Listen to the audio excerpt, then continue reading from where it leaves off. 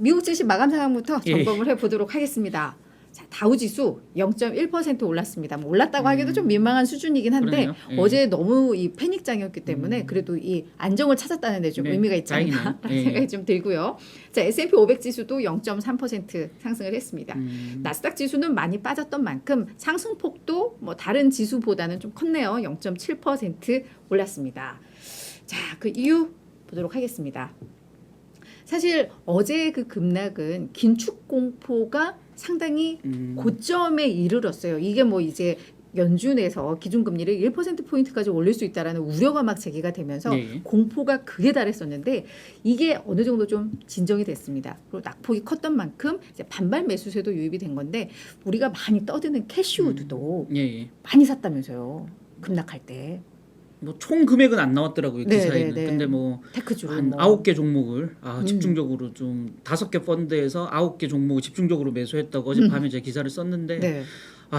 이 친구 또 그게 걱정이 되는 거죠, 예, 그러니까. 또 어쩌려고 이러나 이 친구. 시장에 왜 찬물을 끼얹나. 네, 그리고 뭐 그래서 좀 안 사셨으면 했어요. 근데 어제 제가 기사 쓰고 네이버 댓글을 보니까 이분의 앞으로 행보를 걱정하시는 분들이 그렇지. 걱정스러운 멘트를 많이 달아놨더라고요. 맞아요. 그래서 예. 사실 또 개인 투자자들도 올 들어서 두 번째 규모의 많게 어제 또 매수를 좀 했다고 예. 하는데, 그러니까 좀 많이 빠졌다라는 인식은 분명히 있으니까 그런 반발 매수들이 또 유입이 된 게 아닌가. 근데 뭐 캐시우드의 멘트는 참 인상적이에요.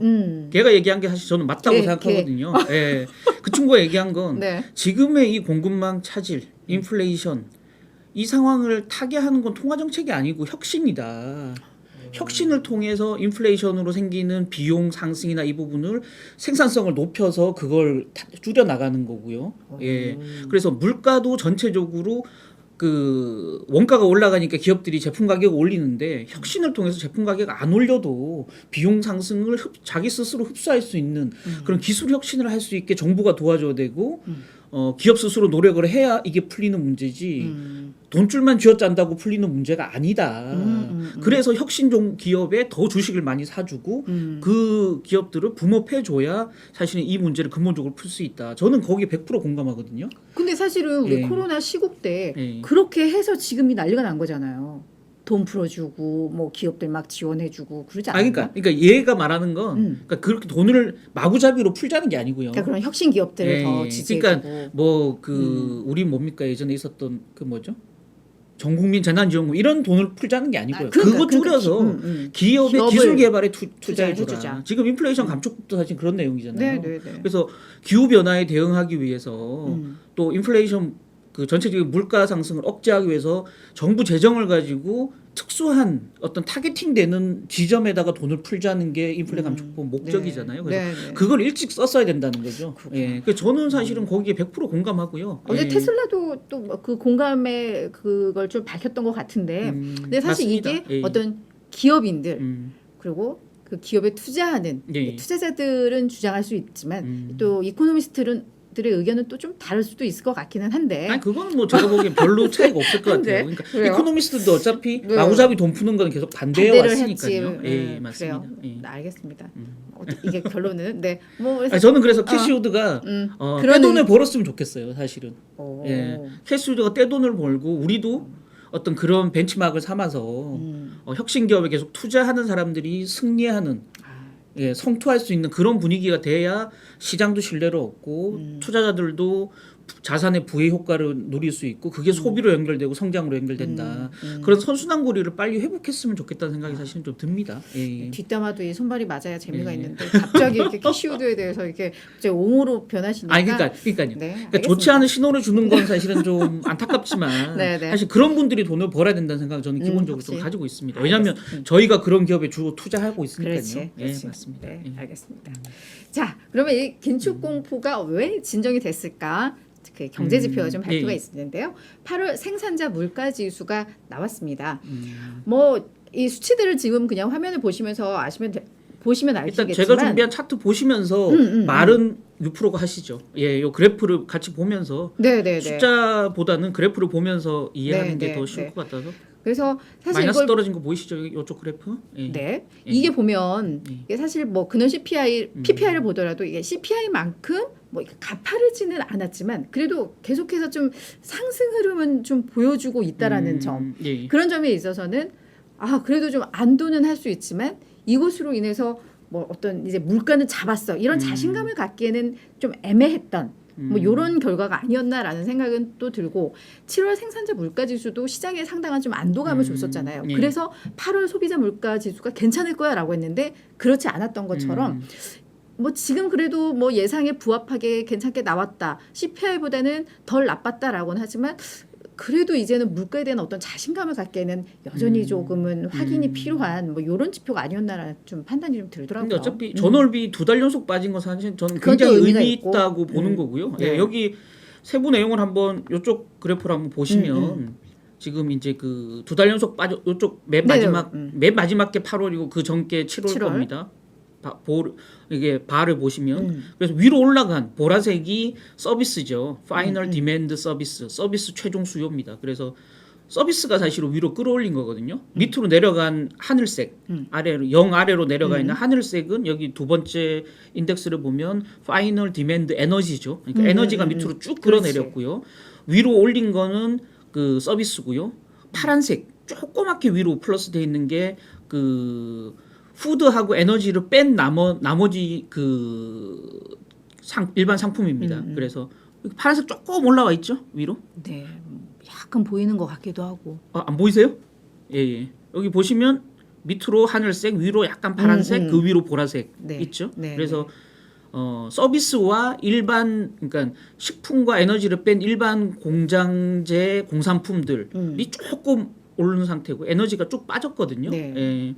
다만 뭐 지금 보면 서비스가 전달에 비해서는 이게 위로 올라간 폭이 좀 더 커진 상황이기 때문에 이 커진 부분, 이 서비스 부분이 어느 정도 좀 제어될 수 있을지 그리고 에너지 부분이 얼마나 더 견조하게 밑으로 빠져줄 수 있을지 연말 되면 다시 올라간다는 얘기까지 나오고 있으니까 그래서 좀 지켜봐야 되지만 2달 연속 빠진 거는 좀 의미 있다 이렇게 봐야 될 것 같습니다. 네, 근데 저는 사실은 이 물가에 대해서 이제 예전처럼 그래도 정점 찍고 이제는 이게 이 마음이 좀 안 드는 이유가 지금 뭐 월가에서도 또 이슈가 되고 있지만 이제 또 이 철도 노조 얘네 지금 파업 이슈가 또 나오고 있잖아요. 근데 얘네가 그 내용을 보니까 내년까지 임금 인상 24% 인상에 합의를 했는데 한 절반 정도 조합원들이 반대를 하나 봐요. 그러니까 12개 노조 중 2개 노조가 반대인데 여기 조합원이 한 절반 정도가 되는 건데 근데 이 정도의 임금 인상을 계속 요구하고 있고 그것마저도 24% 2년간 24%면 꽤 높은 건데 그것도 거부한다라는 건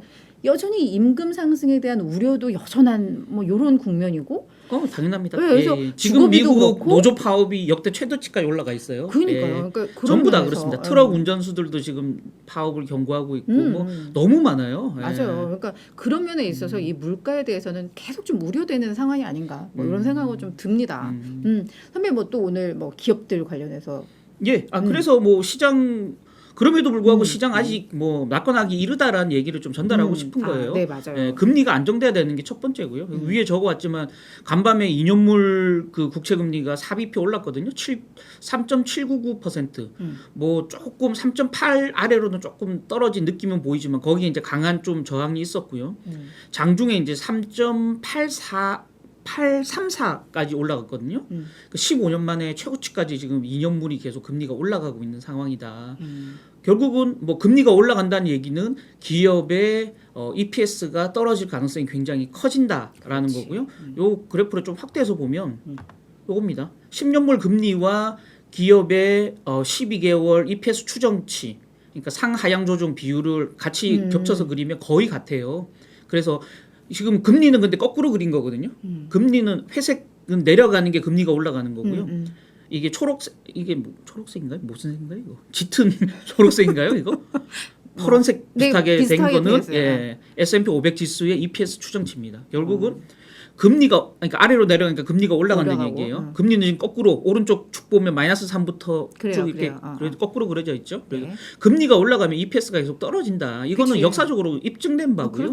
계속 그랬던 거고요. 그래서 지금 금리가 계속 올라가고 있고 주가가 올라가든 내려가든 금리는 계속 위로 올라가고 있는 국면 자체가 굉장히 좋지 않다라는 거고요. 실제 지금 그런 흐름이 나타나고 있다라는 겁니다. 여기 보시면 S&P 500 지수의 12개월 추정 EPS 거든요.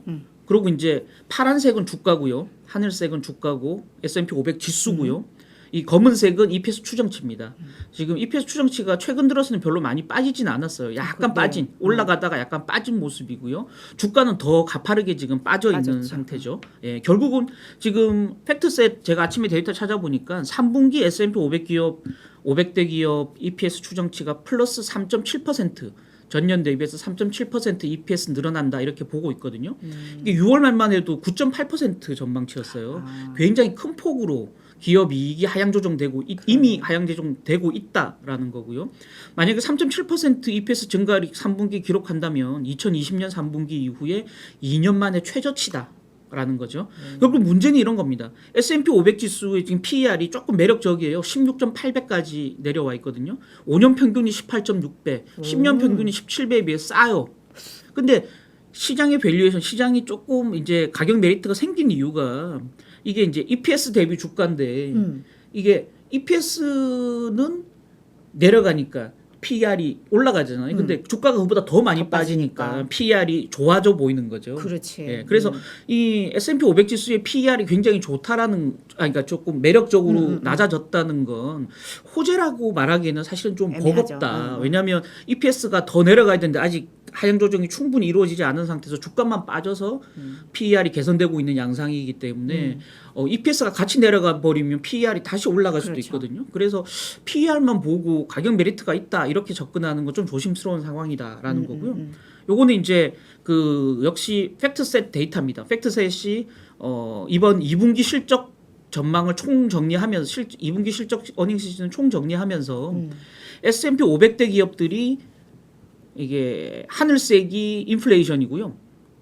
그 다음에는 이 뭡니까 이거 약간 녹색 비슷한 거. 색깔이 애매하네요. 아니, 풀색.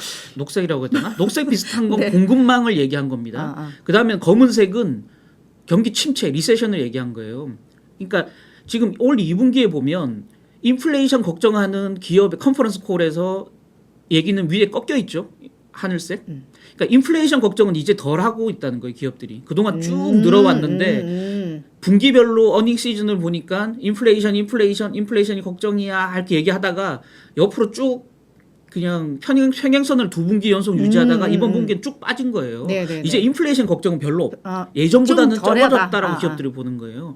공급망 이슈도 계속 공급망 하다가 이번 분기에는 그냥 약간 내려갔거나 거의 어. 정체죠. 네. 근데 경기 침체는 얘기가 없었어요. 계속 경기 침체가 뭐냐 하다가 갑자기 경기 침체 이러고 위로 가파르게 올라가고 있는 거예요. 네네. 그래서 기업들은 지금 인플레이션이나 공급망 차질을 걱정하기보다는 추세적으로는 경기 침체를 걱정하기 시작했다. 그렇기 때문에 지금 이런 부분들이 기업 이익 하향 조정이라든지 그러니까 성장률이 떨어지면 기업 이익도 같이 빠지는 거니까요. 기업 이익 하향 조정이라든지 또는 전체적으로 시장 전체의 밸류를 찍어 누를 가능성이 굉장히 커지고 있다라는 우려를 하고 있는 거고요. 실제 업종별로 보면 그래서 업종별로 이번 2분기 컨퍼런스 콜에서 경기 침체가 걱정된다라고 얘기한 업종을 쭉 봤어요. 1등이 금융업종들이 제일 경기 침체를 우려해요. 왜냐하면 뭐 투자나 대출이 부실화될 수 있으니까요. 경기 침체 우려감이 그렇지, 있고요. 그렇지. 두 번째는 인더스트리. 산업재는 뭐 바로 경기 그러니까 제조업이라든지 또는 민감하죠. 건설업에 실제 쓰는 장비를 만드는 업체고요. 그 다음이 IT입니다. 반도체를 포함한. 그 다음에 내구재죠. 이 네 개 업종 우리가 다 시장에서 다 이해하는 맞아요. 경기 침체 영향을 가장 많이 받는 업종들이 실제 컨퍼런스 콜에서 경기 침체를 걱정하고 있다라는 거죠. 그래서 이런 부분들이 아직 시장은 조금 낙관하기는 이른 시점이다 이렇게 봐야 될 것 같다라는 거죠. 저런 데이터를 참 예. 찾아서 이렇게 해석을 해주는 예. 진짜 참 친절한 정훈 씨 값진, 이렇게 불러주세요. 이제 값진 앞으로. 오늘 예. 또 내용이었었던 예. 것 같아요. 자, 그러면 우리 뭐 예. 특징주 또 한번 보고 예. 그다음에 저희 좀 보도록 하겠습니다. 좋습니다. 자, 특징주 넘어가기 전에 우리 오늘 고도일. 고도일님께서 네. 또 6% 복귀를 환영해주는 그러니까 감사해요. 감사합니다. 네, 감사합니다. 자, 여기자 남기자 하셨는데 예, 예. 유재희, 이정훈 예. 기억해 주시고요. 여기자 남기자 이렇게 하시는 건 아니죠? 왜 이랬어요? 또 그러세요. 정말. 조금입니다. 조금. 네. 예. 자, 이제 특징주들 좀 보도록 하겠습니다. 이 간밤에 사실 지수 자체는 그냥 보합 수준 뭐 이랬는데 그렇죠. 종목별로는 와, 이렇게 또 급등이 많이 좀 심했습니다. 저 주가 보고 저 그랬어요. 아 이게 뭐더냐 막 그랬어요 제가. 아 모더냐 이거 모더냐.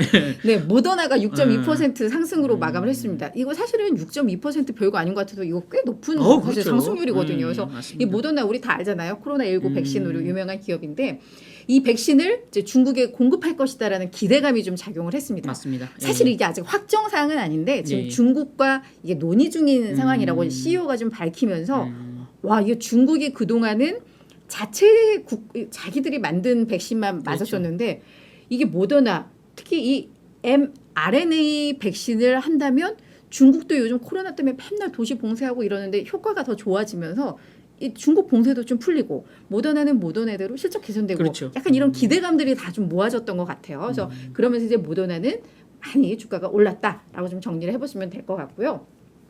뉴코 이 기업이 철강 기업인데 꽤 큰 규모의 예. 철강 기업입니다. 근데 얘네가 주가가 이제 11%나 급락을 했는데요. 많이 빠졌네요. 얘네가 마진 축소와 출하량 감소가 우려돼. 그러면서 이제 3분기 실적 가이던스를 하향 조정을 했는데 어느 정도 뭐 요즘 다 가이던스 하향 조정하는 그렇죠. 게 그냥 일반적인 추세인데 왜 근데 이렇게까지 빠졌나 봤더니 얘네가 3분기 EPS 그러니까 주당 순이익을 6.3에서 6.4달러 정도로 가이던스를 제시를 예. 했어요. 전망치를. 그런데 얘네가 2분기 때 9.671달러였어요. EPS가. 그리고 시장의 전망치가 7.56달러였으니까 생각보다 많이 이걸 낮춘 빠지네요. 거거든요. 예. 그런 부분들이 좀 충격으로 다가왔다. 그래서 뉴코뿐만 아니라 다른 철강사들도 동반 급락을 했다라고 좀 정리를 해드리면 될 것 같고요. 자 이제 알티뮴입니다. 알티뮴이 27%나 급락을 했는데요. 예. 이 기업은 조금 재밌는 게 얘가 이제 바이오테크, 뭐 제약사, 뭐 이렇게 정리를 해보면 될 것 같은데. 어젯밤에 기사 썼어요. 근데 44% 빠질 때 썼습니다. 어제. 좀 많이 낙폭은 줄였구나. 예. 근데 얘는 조금 의외인 게 이제 비알코올성 지방간 치료제에 대한 임상 결과를 회사 측에서 발표를 했는데 그 내용 자체는 우리 약간 성공했어라고 밝혔거든요. 예. 이 약물을 투입해 보니까 이 지방간 수치도 낮아지고 예. 체중도 빠지더라. 근데 94 94명인가가 임상 대상이었는데 이 중에 한 2명 정도에서 부작용이 심하게 나타났죠. 약간의 부작용이 나타나서 이 두 사람은 그냥 임상 시험을 중단을 했어. 근데 이게 되게 심각하진 않아라고 예. 했는데 일단 시장에서는 그 결과가 우리가 생각했던 것보다 예. 좀 미흡했어. 이상적이지 않았어라고 하면서 빠졌는데 그런 거 치고 빠진 이 급락률은 조금 심했던 것 같아요. 올해 알티뮴이 주가가 굉장히 많이 올랐어요. 올해 지금 S&P 500 지수가 13% 넘게 빠지는 맞아요. 상황에 알티뮴 주가는 90% 가까이 올랐었거든요. 그러니까 이게 예. 그러다 보니까 장 시작했는데 44%가 빠지는 거예요. 제가 좀 어이구 미친 충격이야. 회사 그러면서 제가 특징주 기사를 막 썼죠. 음. 알티뮴 44% 폭락 이러고 썼죠. 근데 보니까 나중에 낙폭을 계속 줄여 나가긴 하더라고요. 근데 이제 이게 94명 임상 시험을 하면 반은 위약 가짜 약을 맞고 반은 진짜 이 치료제를 맞잖아요. 투입을 하잖아요. 네. 그래서 이제 위약과 진짜 약을 맞은 사람 간에 비교를 하잖아요. 그렇죠. 근데 이제 이 절반 그러니까 한 40 몇 명 되겠죠. 그 중에 이제 2명이 진짜 이 치료제를 맞았는데 부작용이 생겨버린 거예요. 그러니까 본인 회사 측에서는 뭐 예. 큰 뭐 부작용은 아니라고 예. 했지만 근데 사실 40 몇 명 중에 2명은 굉장히 큰 그렇지, 숫자죠. 그렇지. 예, 예. 그러다 보니까 이거 제대로 이거 출시되겠어? 뭐 FDA 승인 받겠어? 뭐 이런 게 대한 리스크 우려. 왜냐하면 1상, 2상, 3상으로 갈수록 이게 성공률이 더 떨어지잖아요. 그렇지. 근데 이거 이상. 1상에서 B상이었거든요. 원 B상이었거든요. 그러니까 아직 2상, 3상도 안 갔는데 벌써 부작용자가 2명이나 나왔다는 건 좀 리스크 요인이 되는 거죠. 예. 그래서 회사 측 발표 내용 처음에 그래서 이 외신들 봐도 괜찮은 결과를 발표했어. 예. 이걸 봤는데 갑자기 주가가 이래서 뭐지 했는데 또 말씀하셨던 이런 내용들이 숨어 있었군요. 조금 지켜봐야 될 것 같아요. 계속 임상 결과를 계속 팔로우하면서. 오케이. 설명을 또 잘해주셨습니다. 확실히 제가 어제 기사를 썼기 때문에. 그래요? 네. 그래서 예. 오늘 이제 특징주들 흐름들은 이렇게 정리를 해봤고, 자 지금 이제 시장은 급락 후에 이제 좀 지지부진하면서 이제 방향을 탐색할 뭐 이런 예. 상황인데, 자 월가에서는 좀 뭐라고 할까요? 예, 오늘 뭐 간단하게 압축하겠습니다. 왜냐하면 네. 이 기사를 제가 이미 쓰고 왔기 때문에 궁금하신 분들은 네이버에서 기사 미리 보세요. 이정훈 기자 검색하고 기자 구독 딱 누르시고 이 기사를 한번 아침에 읽어보시면 세상에 방송 준비하면서 예. 기사 쓰면서 진짜 예. 대단하십니다. 자 네. 정리해 보겠습니다. 네. 이게 긍정적 메시지를 오랜만에 전달해 드리려고 제목을 6월 저점은 견딜만하다. 투자자들은 그러니까 6월에 찍었던 그 네. 저점은 이게 왜 낙관적이야? 이게 우리는 무슨 저점 갈 말이지? 생각 네. 생각도 안 했는데 근데 한동안 사실은 6월 저점을 깨고 내려간다 이런 전망들이 많았잖아요. 많았죠. 지금은 이제 전망들이 그렇지 않을 거야라는 그 전망이 저점은 좀 지킨다구나. 예, 지킨다. 그래서 S&P 6월 저점이 3636이잖아요. 네네네. 예, 지금 이제 뭐 3636 근처도 안 갔고 3690에서 한번 반등했었는데 어쨌든 3636 밑으로는 절대 안 내려갈 가능성이 크다. 이렇게 이제 월가에서는 보고 있는 거예요. 그래서 에드 클리솔드라고 네드 데이비스 리서치의 수석 전략가 S&P 500 지수가 9월 말에서 10월 초쯤 돼서 흐름이 어떤지를 보면 연말에 랠리가 가능할지 판단할 수 있을 거다. 앞으로 이제 몇 주가 남은 거죠. 근데 이제 그때 그 전까지 지수는 더 내려갈 거다라는 거죠. 그래서 추가적으로 S&P 500 지수가 조정은 있겠지만 6월 저점까지는 안 내려간다. 그렇게 이제 긍정적으로 보는 이유가 6월 저점이 3636인데 그 당시 10년물 금리가 3.5%까지 치고 올라가면서 주가가 빠졌다라는 거죠. 지금 간밤에 10년물 금리는 3.40밖에 안 되거든요. 그때에 비해서 금리가 많이 올라가지 않고 있다. 결국 2년물 금리는 빠르게 올라가죠. 왜냐하면 통화정책상 기준금리를 올린다 그러니까 2년물은 확 올라가는데 10년물 이상 장기물 금리는 기대 인플레를 주로 반영하거든요. 기대 인플레나 단기 금리 변동, 그다음에 이제 텀 프리미엄이라고 국채를 얼마나 갖고 싶어 하는지 그런 기간 프리미엄을 이제 세 개의 어떤 요소를 같이 녹여서 금리가 결정되는데 제일 큰 부분이 기대 인플레거든요.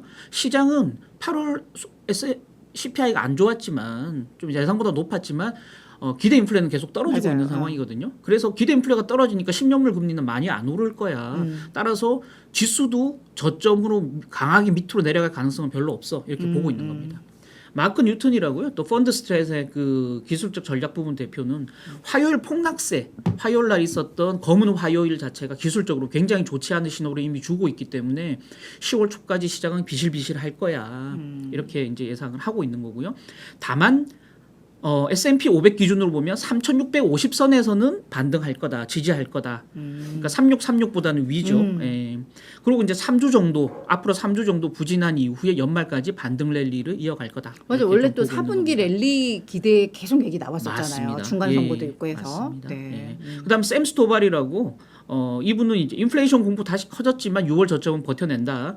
내주 다음 주에 FMC에서 최소 75bp 금리 인상 할 건데 75 내지 100 할 건데 이 우려는 이미 시장이 소화했다. 그렇지. 주가에 반영했다라는 화요일 날다 거고요. 했죠. 6%도 어제 말씀하셨듯이 또 경제 성장 우려가 그나마 이제 리스크는 경제 성장 우려가 좀 커질 수 있다 앞으로. 왜냐하면 3분기 성장률이 그전 전망치가 지금 한 달 전에 2% 전망이었는데 지금 1.8%로 내려가 있고요. 4분기가 1.6이었는데 1.4로 내려가 있다.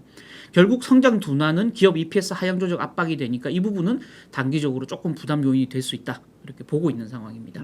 그럼에도 불구하고 6월 저점까지 깨고 내려가지는 않을 것 같다라는 게 대체적인 전망이다. 이렇게 정리해 보면 될 것 같습니다. 사실 제가 이틀 전인가 기사 쓸 때 도이치뱅크에서 기관 투자자 대상으로 했을 때는 6월 이게 저점이었어라는 게 뭐 10명 중에 한 명도 채 안 나왔어요. 그렇죠. 그래서 이게 다들 이게 저점이 아니라고 보는구나 했는데 이게 여전히 의견은 좀 분분하다. 그렇죠. 누구에게 예. 묻느냐에 따라서 정말 다르구나이기 때문에 뭐 시장에 대해서 답은 없고 한 방향은 없다. 예. 그럼 결국 6월 저점을 깨든 안 깨든 중요한 게 아니고 맞아요. 깨고 내려가도 연말 랠리에 대한 기대만 있으면 그 저점을 깨기 직전이라도 저가 매수가 들어오면서 결국은 지지력을 회복할 가능성이 있기 때문에 6월 저점을 깨느냐가 저는 결정적 맞아요. 요인은 맞아요. 아닌라는 생각은 근데 듭니다. 누가 또 이 월가에서 나온 예. 얘기인데 그 얘기는 하더라.